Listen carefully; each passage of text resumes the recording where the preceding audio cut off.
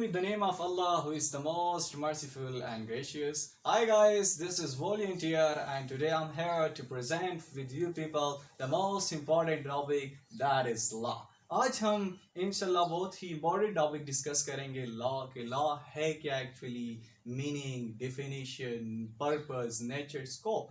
आइए इस चीज़ को जानने की कोशिश करेंगे एंड इंशाल्लाह I will deliver the lecture whole as a voluntarily, रज़ाकाराना तौर पर लेक्चर डिलीवर करूंगा because it's my first and last priority. There is a maxim of law जो कि मुझे बहुत ही पसंद है, वो ये salus populi is the supreme lex, यानी welfare of the people is the supreme law. So that's my aim. So without wasting any more time, let's proceed the law.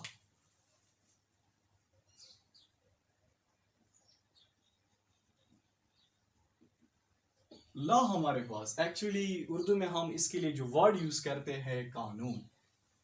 Introduction first of all इसकी कर लेते हैं। Introduction में हमारे पास law जो है derived from German word that is lat. हमारे पास लॉ जो है जर्मन वर्ड से डिराइव्ड हुई है, वो है lat and it means fixed और इवनली, मीन्स सबके लिए यकसा। सो स्टार्ट से ही हम लॉ को इस तरह समझेंगे कि देखिए जर्मन वर्ड लैट से डिराइव्ड हुआ है, दैट इज फिक्स्ड और इवनली, मीन्स सबके लिए यकसा। लॉ है तो सबके लिए है, सब पर एप्लीकेबल है। सब्जेक्ट इसके जो है हम ह्यूमंस हैं, हम सब पर लॉ अप्लाई होगा। सो that is actually the introduction of law. Let's move further. What is the meaning of law? Meaning of law क्या है हमारे पास? मीनिंग ऑफ लॉ में हम सिंपली ये कहेंगे set of rules, set of rules. हाँ, हमारे पास कानून का ज़ाब्ता है, किस चीज के लिए? To conduct the human behaviours, to regulate and conduct the human behaviours. क्या हमारे पास ह्यूमन बिहेवियर्स जो हैं उसको रेगुलेट करे, उसको बहाल करे, यानी जितने भी हमारे pass through out the world जितने भी ह्यूमंस हैं वो सब्जेक्ट है लॉ के। इसीलिए ये सेट ऑफ रूल्स है ह्यूमंस के लिए, उसके बिहेवियर्स को रेगुलेट करने के लिए। सो that is the meaning of law. What is the definition of law? Let's proceed. Definition में आप लोगों के साथ में यहाँ पर दो फेमस पॉपुलर ज्यूरिस्ट को शेयर करूंगा जो कि लॉ रेलिवेंट से बहुत ही इंपॉर्टेंट है और एसेंशियल है, और एग्जाम्स में भी इनकी जो डिफिनेशन है वो प्रॉपरली रिवाइज हो चुकी है कि सेलमेंट क्या कहता है और ऑस्टिन क्या कहता है। Let's introduce you this to jurist, Salmond and Austin. कि सेलमेंट लॉ के बारे में क्या कहता है और ऑस्टिन लॉ के बारे में क्या कहता है। So first of all, what says Salmond regarding law? Salmond क्या कहता है लॉ के बारे में कि लॉ क्या है? सेलमेंट कहता है it is the body of principle recognized and applied by the state in the administration of justice।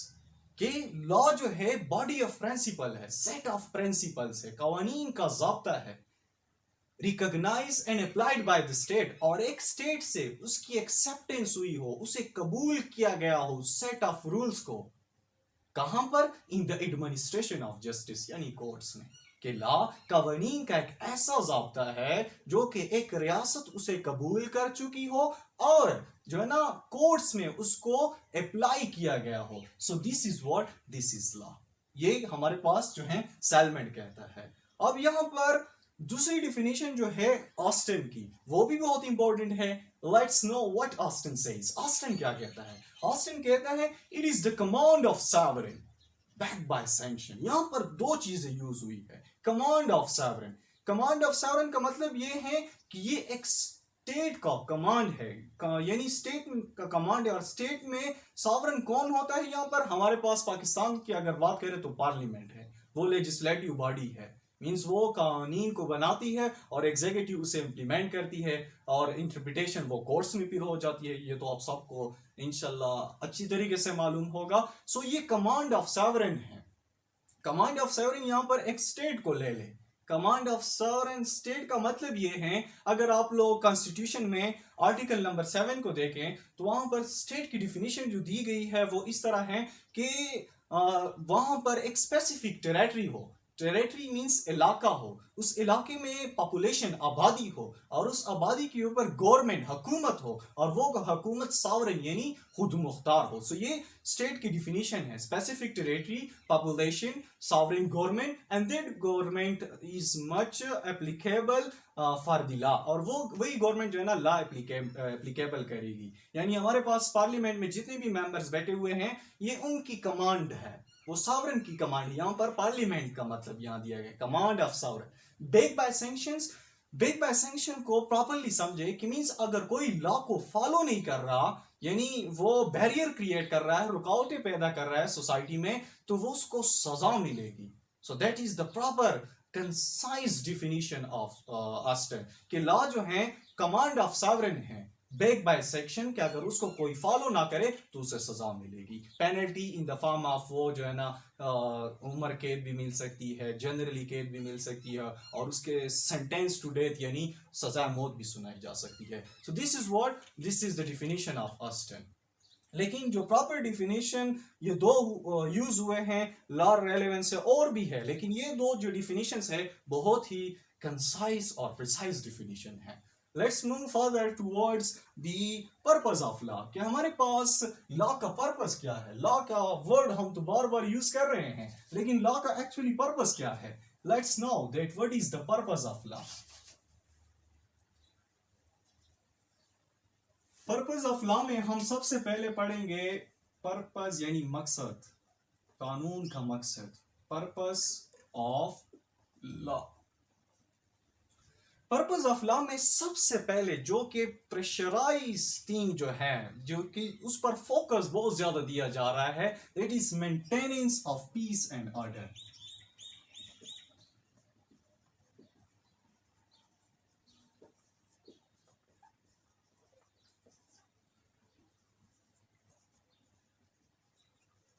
यानी अमन और ज़ाब्ते की बरकरार रखना है, यानी अमन और ज़ाब्ते को बरकरार रखना है। That is what, that is the purpose of law कि अगर सोसाइटी में पीस एंड ऑर्डर होगा तो एक वेल डिसिप्लिन सोसाइटी होगी, एक वेल ऑर्गेनाइज कंट्री होगी, एक वेल डिसिप्लिन कंट्री होगी एज वेल एज वर्ल्ड होगी। सो that is what, that is the purpose of law कि सोसाइटी में जो है ना पीस एंड ऑर्डर को, यानी जितने भी लोग हैं उनको ये आज़ादी हासिल हो, right to speech, right to movement, right to interfere with each others. तो ये क्या है, ये राइट्स उन्हें हासिल होंगे तो तब जाके जो है ना एक प्रॉपर माशा बनेगा। और वो माशा किस चीज से बनेगा, जब लॉ हो और उसकी पर्पस जो है ना मेंटेन हो। यानी उसका पर्पस क्या है, maintain piece and order in the society, यानी माशरे में अमन का बरकरार रखना है। That is what, that is the proper purpose of law. I think you would get of law. यहाँ पर वर्ड है नेचर, फितरत। यहाँ पर इस चीज को आप समझने की कोशिश करें कि फितरत है क्या। इस चीज को समझने के लिए बेसिक वर्ड मैं आप लोगों के लिए यूज कर रहा हूं, बेसिक इनहेरेंट। बेसिक इनहेरेंट का मतलब क्या है, वो चीज जो रिमूव ना हो सकती हो, यानी वो उसकी एग्जिस्टेंस हो, उसको हम चाहते हुए भी रिमूव नहीं कर सकते। इसके अगर जनरल एग्जांपल दूं, थ्रू आउट द वर्ल्ड अगर हम दुनिया की नेचर की बात करें तो सुबह होती है, शाम होती है, एल्स दिस नेचुरल लॉज देखे तो उसमें से ग्रेविटी लॉ, मोशन लॉ, तो ये इस तरह है कि फितरतन है, एक सुप्रीम अथॉरिटी से स्टार्ट से आए हुए हैं। So that is what, that is the nature of something. अब यहाँ पर नेचर ऑफ लॉ क्या है। नेचर ऑफ लॉ में मल्टीपल ओपिनियंस यूज हुए हैं कि नेचर यू हो सकता है, as this someone define in his own opinion. लेकिन नेचर ऑफ लॉ जो है यानी पॉजिटिविस्ट अगर कहें तो पॉजिटिविस्ट कहते हैं कि ये कमांड है। नेचर ऑफ लॉ क्या, नेचर ऑफ लॉ वो जब डिफाइन करते हैं तो वो कहते हैं कि ये कमांड है। एल्स दिस नेचुरलिस्ट कहते हैं कि ये मोरालिटी है। और उसके बाद else this the last but not the list opinion of, वो जो कहते हैं फॉर एग्जांपल उसकी बात अगर हम करें जनरल ओपिनियंस की, तो उसमें से हमने 3 ओपिनियन यहाँ पर डिराइव किए हैं जो कि बहुत ही इंपॉर्टेंट है, आप लोगों को इंशाल्लाह बहुत ही फायदा देगी। So the first opinion is set of rules. Set of rules यानी ये कानून का ज़ाब्ता है, किस चीज के लिए? To conduct the behaviours of human, यानी इंसानों के जो रवैये है उसको बहाल करने के लिए। So that's why we are going to say that it is the set of rules to conduct the human behaviours.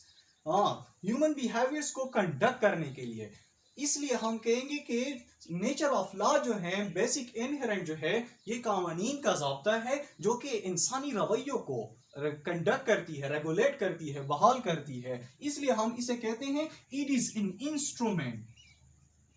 Instrument हम किस लिए कहते हैं कि ये एडमिनिस्ट्रेशन ऑफ जस्टिस में यूज होता है। एडमिनिस्ट्रेशन ऑफ जस्टिस में किस लिए यूज होता है? इन स्टार्ट टू फीचर्स को अप्लाई करने के लिए। कि अगर हमारे पास लॉ है, फीचर है, हमारे पास इंस्ट्रूमेंट है, तो उसका काम क्या होगा? वो सेट ऑफ रूल्स हैं जो किस चीज को बहाल करेगा? टू कंडक्ट ह्यूमन बिहेवियर, इंसानी रवैयों को बहाल करने के लिए। सो that is actually the nature of law. Nature of law क्या है? ये स्टार्ट में हम अगर कहें कि सेट ऑफ रूल्स है, यानी कानून का मकसद क्या है? कानून का ज़ाब्ता है, किस चीज के लिए? टू कंडक्ट ह्यूमन बिहेवियर, इंसानी रवैयों को बहाल करने के लिए, कि वो माइट ऑफ राइट की बात ना करे, वो सोसाइटी में बैरियर्स क्रिएट ना करे। सो that is the nature of law. और ये इंस्ट्रूमेंट है। इंस्ट्रूमेंट किस चीज के लिए है? अगर हम जनरल एग्जांपल ले, पेन हमारे पास इंस्ट्रूमेंट है, तो इसका काम क्या है? लिखना। और हमारे पास लॉ जो है इंस्ट्रूमेंट है,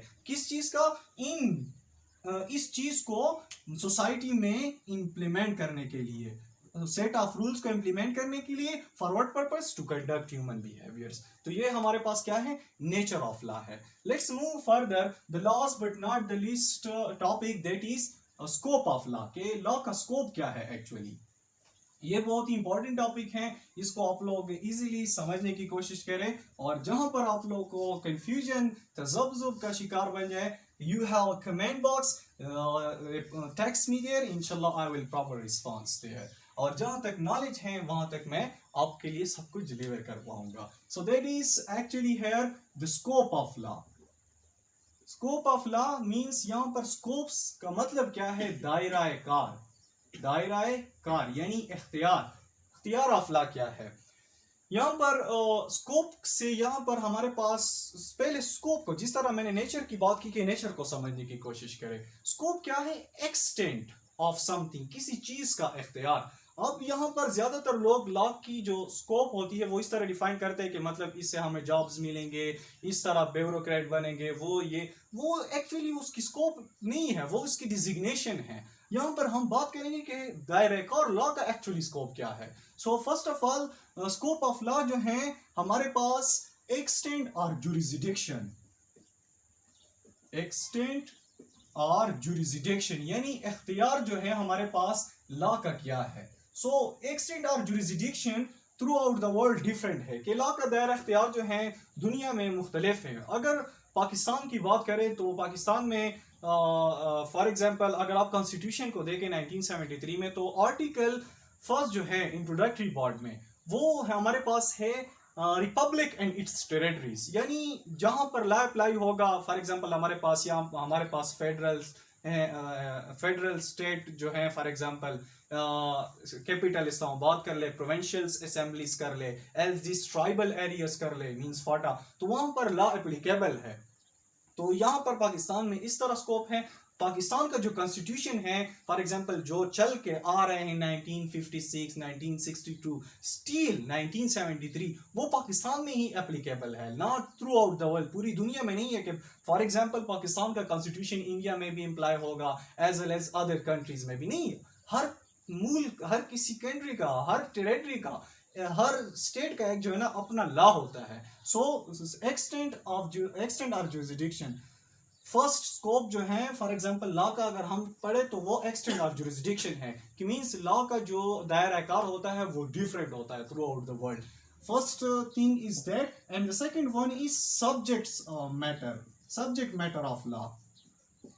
सब्जेक्ट मैटर्स ऑफ लॉ यानी लॉ की जो सब्जेक्ट्स है वो कौन है, ये बहुत ही इंपॉर्टेंट चीज है और इसको समझने की कोशिश करें। सब्जेक्ट मैटर ऑफ लॉ में हम ह्यूमंस आते हैं कि मींस लॉ एप्लीकेबल है किस पर, ह्यूमंस पर। यानी दुनिया में कमोबेश बहुत सारे मखलूकात है। अगर खुश्की की बात करें, इन ड्राई प्लेसेस 18,000 मखलूकात है कम बेश। तरी की बात करें पानी में 32,000 मखलूकात। यानी यहाँ पर लॉ जस्ट एप्लीकेबल किस भी चीज पर होगा, यहाँ पर सब्जेक्ट्स जो होंगे हमारे पास वो ह्यूमंस होंगे। यानी हम पर ही लॉ एप्लीकेबल होगा, ना कि जानवरों पर। फॉर एग्जांपल आपका कोई डॉग है तो वो कोई रॉन्ग कमिट करता है तो उसके लाइबल आप कौन होंगे, वो ह्यूमन होंगे। मींस किसी का कुत्ता है दूसरे को काट लेता है तो यहाँ पर जिम्मेदार कुत्ता नहीं होगा, कुत्ते पर केस नहीं कर सकते। सिंपली द थिंग इज है आप उस पर्सन को ही लाइबल करेंगे जिसका वो कुत्ता है। सो दैट्स व्हाई सब्जेक्ट्स जो हैं हम यहाँ पर ह्यूमंस हैं। तो स्कोप ऑफ लॉ में दो चीजें आती है, एक्सटेंट ऑफ जुरिसडिक्शन, दायरा इख्तियार कहाँ है। ये डिफरेंट हो सकता है through out the world. Her territory का एक अपना लॉ होता है जो वहां पर एप्लीकेबल होता है। And the second thing is subject matter of law. Subject कौन है, लॉ एप्लीकेबल किस पर है, हम ह्यूमंस पर। So that is too much important aspects of scope that is much helpful to you people and इंशाल्लाह you people would get the point easily. सो ये सब कुछ लॉ के बारे में था। लॉ के बारे में हमने डिस्कस कर दिया कि लॉ जो है हमारे पास उसकी introduction, meaning, definition as well as purpose, scope, nature, सब चीज़ें मैंने आप लोगों के साथ डिस्कस कर दी। और एक समरी के तौर पर कि लॉ जो है अगर हम उसकी समरी निकालें तो वही ऑस्टेन और सेलमेंट की डिफिनीशन होते हैं। और सिंपल इज दैट कि लॉ जो है सेट ऑफ रूल्स है to conduct the human behaviour. That's all, thanks to all of you.